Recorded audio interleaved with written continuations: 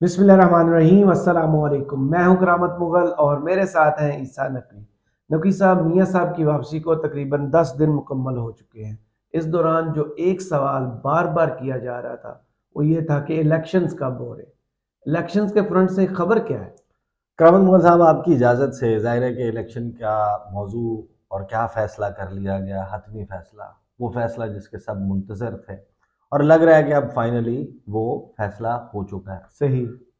काकड़ साहब ने कुछ गुफ्तगू सहाफ़ियों से भी किया, लेकिन उससे पहले आपकी इजाज़त से ना, वो मैं लम्ज़ वाले मामले के ऊपर थोड़ी सी बात करना चाहता हूँ। जी अगर अगर प्लीज। क्योंकि वो मामला जो है वो ज़ाहिर है कि 2 दिन पुराना हो चुका, जी लेकिन कुछ चीज़ें, कुछ गुजारिशात तो मैं भी कर सकता प्लीज हूँ, प्लीज। और पीपल्स पार्टी के हवाले से भी सारा, सही। क्योंकि रिलेटेड सारा इसी मामले से है। एक लतीफ़ा सुनाता हूँ मैं आपको। एक ना जंगल के तमाम जो जानवर थे ना, उनको एक गुलहरी ने एक दफ़ा यकीन दिलाया कि जब भी जंगल में आग लगेगी ना, फ़िक्र नहीं करनी, आग मैं बुझाऊँगी। बस तुम जंगल में आग लगना देखो। जैसे आग लगेगी, आग बुझाने की ज़िम्मेदारी है मेरी। तो एक दिन ऐसा हुआ कि जंगल में आग लग गई। हम्म। जंगल में आग लगी तो सारे ढूँढ रहे हैं गुलहरी किधर है। अब गुलहरी को देख रहे हैं, वो एक दरख्त से छलांग लगाती है, शाख से दूसरी पे, दूसरी से तीसरी पे, तीसरी से चौथी पे, फिर आती है। वो समझते हैं कि अब कोई आग बुझाने की तरकीब लेकर आएगी, कुछ हम्म। जंगल में लगी हुई फैलती हुई आग को रोकेगी, फायर फाइटिंग करेगी। दावे जो किए थे, या उसका असाइंड रिस्पॉन्सिबिलिटी जो काम जो था, हम्म। वो कुछ भी नहीं कर रही, वो छलांगे लगा रही है। तो एक जानवर ने पकड़ के पूछ लिया कि बी गुलहरी, तुमने कहा था आग बुझाओगी, ये तुम क्या कर रही हो? उसने कहा आग को छोड़ो, मेरी आड़ियाँ जाड़ियाँ देखो, टपोशियां चेक कर।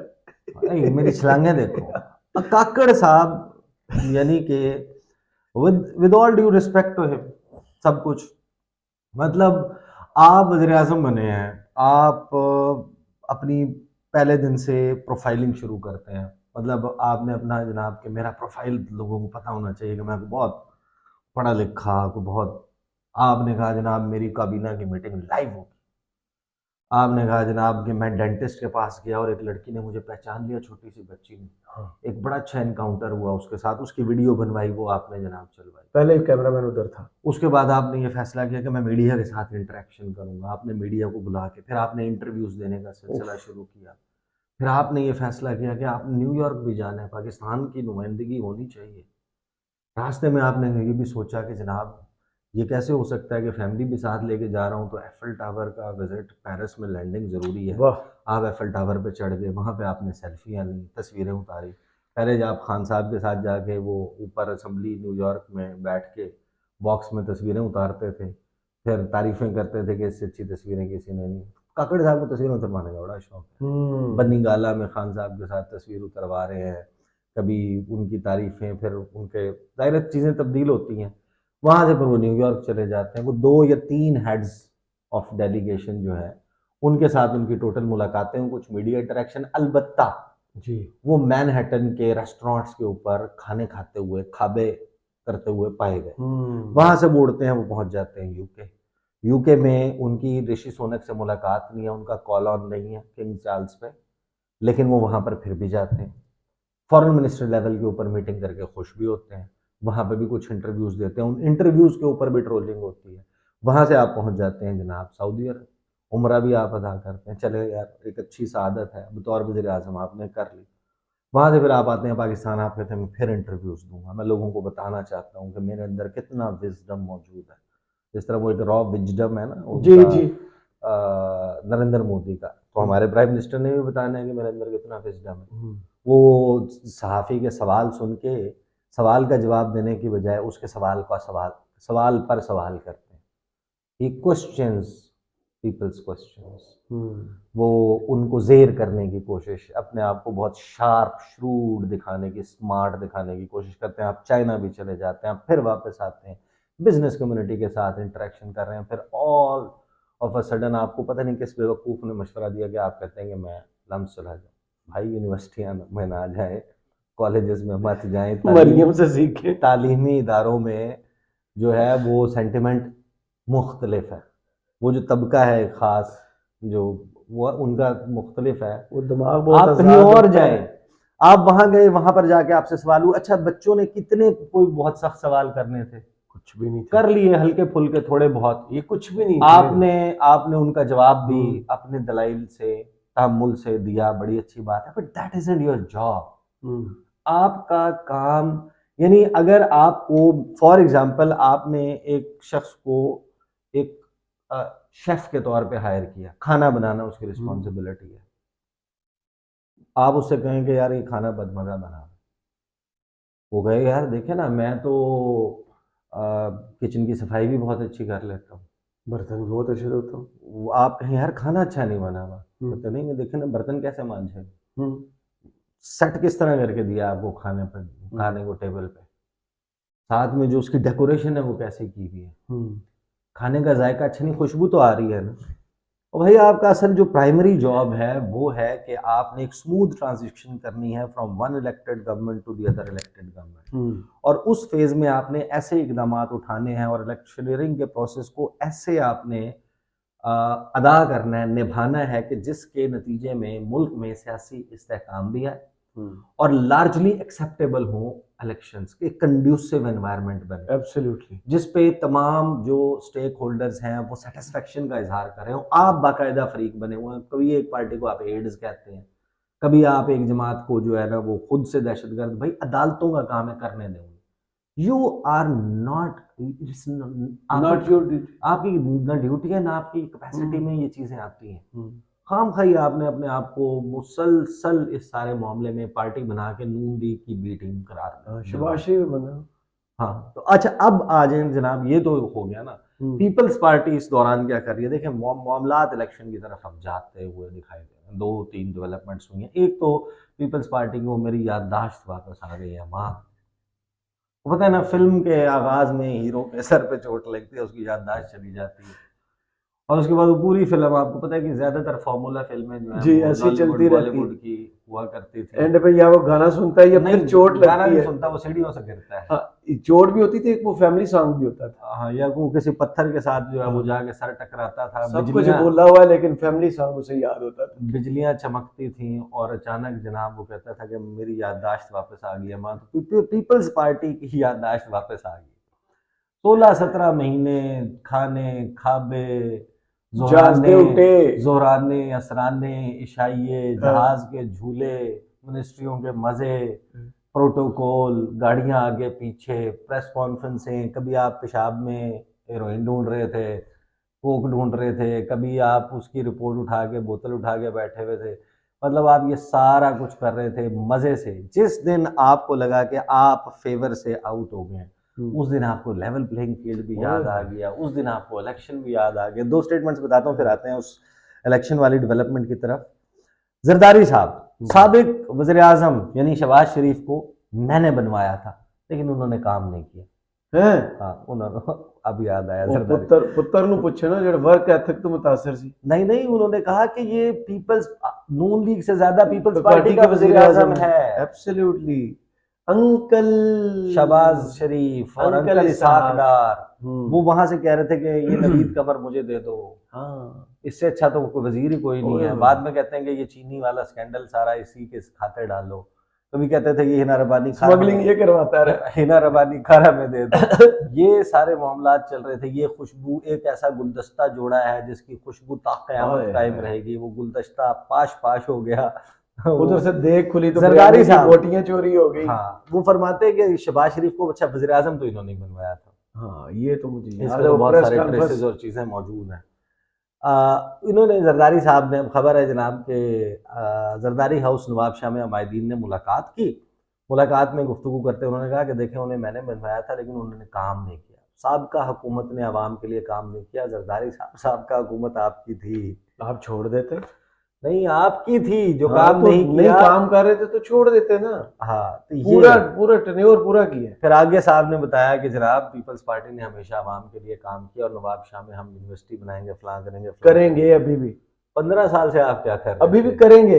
हाँ, बस कर। ये भारत उन्होंने ए टोके ड्रामे बस कर दे। ये उन्होंने, अच्छा मैं हाँ, आपको एक बात बताऊं, पीपल्स पार्टी बिलावल के पास की आदत आ जाती है तो मैं आपको एक बात बता सकता हूँ, जो अब सूरत हाल है ना पीपल्स पार्टी की, पीपल्स पार्टी का फ्यूचर उससे बहुत अच्छा होगा, फरियाल तालपुर और आसिफ अली जरदारी जिस वक्त तक डिसीजन मेकर्स की पोजीशन में, तो बिलावल में अगर कोई स्पार्क था भी ना, पहली बात तो अभी तक भी वो स्पार्क कितना था, कराची से निकले थे, हैदराबाद पहुंचे थे और स्पार्क खत्म हो गया। हाँ, कि उन्होंने कहा कि जनाब मैं अपने वालिद के घर इतना में सा पाबंद हूँ, स्पार्क है। बाहर पाबंद नहीं हो, तो फिर अचानक ही फिर वो सब कुछ तब्दील हो गया। फैसल करीम गुड्डी साहब जो है, उन्होंने कहा कि एक शख्स के लिए कानून का पैमाना मुख्तलिफ होने से कई सवालात पैदा हुए। जी। फैसल करीम गुड्डी सेक्रेटरी इतलात है, वो कहते हैं कि Peoples Party level playing field की बात करती है तो बोनों के माथे पर पसीना आता है। अब बात यह है कि जब लेवल प्लेइंग फील्ड की बात पीटीआई करती थी और इलेक्शंस का मुतालबा करती थी करवा लो, तो जिनके माथों पे पसीना आता था उसमें पीपल्स पार्टी भी शामिल थी। सिर्फ माथे पर, ठीक है ना, पूरे भीग जाते होंगे। हाँ, सिर्फ एक शख्सियत की खातिर इंतखाबात में ताखीर हो रही है। इलेक्शन कमीशन इंतखाबात की तारीख का ऐलान करके आईनी जिम्मेदारी पूरी करे। पहले भी एक शख्स के लिए ही इंतखाबात में ताखीर हो रही थी, जो पंजाब और खैबर पख्तूनख्वा के थे। वो भी इसलिए हो रही थी ताखीर के इमरान खान ने जीत से, और उस वक्त आप उसका हिस्सा थे सारे गेम का जी। और काउंसिल ऑफ कॉमन इंटरेस्ट में भी सब कुछ करने के बाद फिर आगे आगे कहते हैं हमें माफी दे दो, हमसे गलती हो गई। बिलावल भी कह रहे हैं, एक शख्स की वजह से पूरे इलेक्शन के प्रोसेस वो को नहीं सारा रोका जा सकता। उन्होंने कहा कि इंतखाबात की तारीख हाँ। का ऐलान ना होने से मुल्क की साख खराब हो रही है। ये कौन सी मुल्क की साख है जो जनवरी, जो पंजाब और केपी के इलेक्शन पर ही खराब हुई थी, अब वो साख खराब होना शुरू हो गई है। जो जब सीसीआई में ये साइन कर रहे थे, मुतफिक हो रहे थे, तब इनकी साख खराब ये हो गई। है। अब आ जाते हैं उस मामले की तरफ, शाहकार की तरफ, जिससे आपको अंदाजा हो सकता है कि मामलात अब फाइनली इलेक्शन की तरफ जा रहे हैं। दो तीन डेवलपमेंट्स जी। काकड़ साहब ने मीडिया से इंटरेक्शन किया और उन्होंने दावा ये किया, अब उनका डेफिनेशन क्या है ये मुझे नहीं पता। उन्होंने कहा कि पीटीआई को इलेक्शन लड़ने की मुकम्मल इजाजत होगी। अब वो मुकम्मल नहीं होंगे। हाँ, पीटीआई की बात किया ना उन्होंने। जो पीटीआई का बेसिकली क्वेश्चन है, बैलेट बॉक्स में जब आपने जाके वोट बल्ले का निशान तो होगा, उस पे बैलेट पेपर जो आपको मिलना है उस पे बल्ले का निशान पीटीआई होगी कि नहीं। तो उस पर काकड़ साहब कहते हैं कि अभी तक ऐसी कोई चीज सामने नहीं आई कि इलेक्शन कमीशन पाकिस्तान तहरीक इंसाफ पर पाबंदी लगाए। और उन्होंने कहा कि अगले इलेक्शन में तहरीक इंसाफ को इलेक्शन लड़ने की मुकम्मल इजाजत होगी। अब वो इजाजत पता नहीं कैसे होगी, जलसों की होगी, रैली की पाबंदी कैसे बंदा लगा सकता है, ये भी नहीं से पता। हाँ। अच्छा, फिर आगे वो ये कहते हैं कि चेयरमैन पीटीआई के वफादारों को भी इलेक्शन मुहिम चलाने और वोट मांगने की इजाजत होगी। अगर अब भी कोई कहे कि उसे लेवल प्लेइंग फील्ड नहीं मिली तो ये कहने की भी उसे इजाजत होगी, ये उन्होंने कहा। अच्छा, जो सवाल सहाफ़ी ने किया ना काकड़ साहब के हवाले से, जाहिर है कि ये सवाल मौजूद था कि आ तो गए, वापस कौन भेजेगा। और मैं आपको ये बता रहा हूँ, part of it is my analysis and part of it is information. अगर काकड़ साहब के दौर के दौरान पैसे आ जाते ना, पैसों का बंदोबस्त हो जाता, काकड़ साहब ने कहीं नहीं जाना। सही, वो पैसे ही नहीं आए ना। वो इन्वेस्टमेंट फलाना फलाना फलाना, वो बहुत सारी चीज़ों के साथ मशरूर था। मिडिल ईस्ट में ख़ास किस्म की सिचुएशन क्रिएट हुई भी है। जिन्होंने पैसे लगाने हैं वो कहते हैं कि हम आर्बिट्रेशन जो है उसके लिए हम इंटरनेशनल जो चैनल्स हैं, वर्ल्ड बैंक है, दूसरे हैं, उनसे सालसी करवाएंगे अगर हमारे पैसे फंसते हैं। डिस्प्यूट सेटलमेंट वहाँ पर होगी, क्योंकि यहाँ पर चेहरा बदलने से पॉलिसी बदल जाती है। हमारी इन्वेस्टमेंट हम डूबने के लिए नहीं कर सकते, कुछ इस किस्म के मसाइल है, वन विंडो ऑपरेशन उसके हवाले से। लेकिन चीज़ें तो पॉजिटिव डायरेक्शन में चल रही थी, चलेंगी, चलनी चाहिए। बट काकड़ साहब से के दौरान वो लगता है कि नहीं हो रही। सही। तो उसका नेट रिजल्ट ये है कि काकड़ साहब हैज टू गो। उनसे सवाल हुआ काकड़ साहब से कि आप कब जा रहे हैं, कब जाना है, तो काकड़ साहब ने चढ़ के कहा कि कब को छोड़ें, 2 घंटे बाद जाएं या 2 दिन बाद जाएं, बस हम जा रहे हैं। बड़ी बड़ी मेहरबानी। अच्छा, इसी दौरान फिर अब आपको पता चलता है कि नून लीग इजलास करती है पहला बड़ा, जो 3-4 घंटे का इजलास है, और उसमें जो खबरें सामने आई हैं वो 2 हैं, जिससे आप ये गेज कर सकते हैं कि मामलात अब इलेक्शन की तरफ जा रहे हैं। क्योंकि पीटीआई, पीपल्स पार्टी, ये सारे टामक टोइयाँ मार रहे हैं कि इलेक्शन करवा दो, हो जाए, कब होगा, हमारी तैयारी पूरी है, फलां की तैयारी पूरी है। असल में तो जिसको ताजपोशी के लिए लाया गया वो तैयारी कब करेगा तब पता चलेगा इलेक्शन हाँ होना है, कब होना है। बिल्कुल सही। तो नून लीग ने जो इजलास किया है उसमें 2 चीज़ें, एक तो कि मियाँ साहब जो हैं वो 4 सूबों का दौरा करेंगे, तो कर लें। हाँ, ठीक है, वो चारों सूबों का दौरा करेंगे, तो वो दौरे तैयारियों के सिलसिले में इलेक्शन की 2 खबरें सुनी। नून लीग के इजलास में फैसला, नवाज शरीफ के मुल्क के चारों सूबों के दौरे का फैसला कर लिया गया। नवाज शरीफ की ज़ेर सदारत इजलास हुआ, मुल्क की सियासी सूरत हाल पर गौर किया गया, अहम फैसले किए गए, चारों सूबों का दौरा करेंगे, टिकटों की तकसीम के लिए पार्लिमानी बोर्ड की निगरानी भी खुद करेंगे। 10 नवंबर से मुल्क भर में दौरों का आगाज करेंगे, और जिसका मतलब ये है, अब क्या किया, एक मंशूर कमेटी बनाई है मुस्लिम लीग नून की, और इरफान सदीकी को उसका सरबराह मुकर्रर किया है, और पार्टी मंशूर मुरतब करने की जिम्मेदारी उनको सौंप दी गई है। मंशूर जो है वो अब बन जाना चाहिए था, इतना अरसा हो गया, पहले वाले मंशूरों का क्या हुआ, वो खुद ही फाइल करप्ट हो उसके गई है। भी, हाँ, हार्ड डिस्क वो हो गया, हाँ, फारग हो गई। जल गई है। अच्छा, जदीद दौर के तकाज़ों के मुताबिक उन्होंने कहा मंशूर होना चाहिए, मंशूर में इंसाफ के निज़ाम में अहम और बुनियादी इस्लाहात तजवीज़ की जानी चाहिए। सर, जितना इंसाफ आपको मिलेगा तो के हिसाब से ना, उसके बाद कौन सी इस्लाहात चाहिए? आपके तो घर चल के गया इंसाफ। इतना, इससे ज़्यादा और क्या आप इस्लाहात करेंगे? इतनी बेहतरीन निज़ाम हो गया, सब कुछ आप ज़बरदस्त। लंदन में थे, पाकिस्तानी जमानत हो जाती आम है, आदमी आप जहाज में बैठते हैं, एयरपोर्ट पे हमला पहुंच जाता है, भाई वहाँ कितना मजाक उड़ाते आम हैं आपने आदमी को इंसाफ। सस्ता, फौरी और बेलाग इंसाफ मिल सके, ये जनाब एक खबर आई। और दूसरी खबर ये आई इसी इजलास से कि इसमें फैसला ये किया गया कि 10 नवंबर तक पार्टी टिकट्स के लिए एप्लीकेशंस मिल जानी चाहिए। ये सबसे बड़ा साइन है कि इलेक्शंस हो गए, जिसका मतलब ये है, और फिर 10 नवंबर ही को कोइंसाइड कर रहा है कि मियाँ साहब 4 सूबों के दौरे के लिए निकल जाएंगे, एक तरीके से इंतखाबी मुहिम। अब टेक्निकली क्वेश्चन ये है, जो supreme court practice and procedure act के साथ मशरूत करके तफसीली फैसला कब आएगा, नैब तरमीम वाले मामले को जोड़ा गया है, जिसका मतलब ये है, वो कहते थे ना कि जब रिस्क जीरो हो जाएगा, बंदयाल साहब चले जाएंगे, काजी साहब आ वो जाएंगे। 2 ट्रक जो आए थे ना नैब कोर्ट में, जब तक वो रद्दी की टोकरी में नहीं जाएंगे तब तक मियाँ साहब इलेक्शन में नहीं जाएंगे। तो अब मामला ये है कि अगर 28 नवंबर, जिसके बारे में बात चल रही है कि हल्का बंदियों के प्रोसेस को कंप्लीट करके election commission of Pakistan simultaneously उनको भी शाया कर देगा और इलेक्शन शेड्यूल भी जारी कर देगा, मोस्ट प्रोबेबली 28 जनवरी को इलेक्शन होंगे फॉर एग्जाम्पल, हम इसको अस्यूम कर लेते हैं कि ऐसे ही होना है। तो उस सूरत में, या जनवरी की किसी तारीख को इलेक्शन होंगे लास्ट वीक में, तो उस सूरत में टेक्निकली मियाँ साहब को इलेक्शन शेड्यूल अगर 28 नवंबर को जारी होता है तो 7 दिन के अंदर अंदर, बाय 5th ऑफ दिसंबर, मियाँ साहब should come clean, everything clear, कोई चीज़ ऐसी मौजूद ना हो, सजा या ना अहली का मामला, कि जिसमें वो अहल ना हो एज नॉमिनेशन पेपर फाइल करने।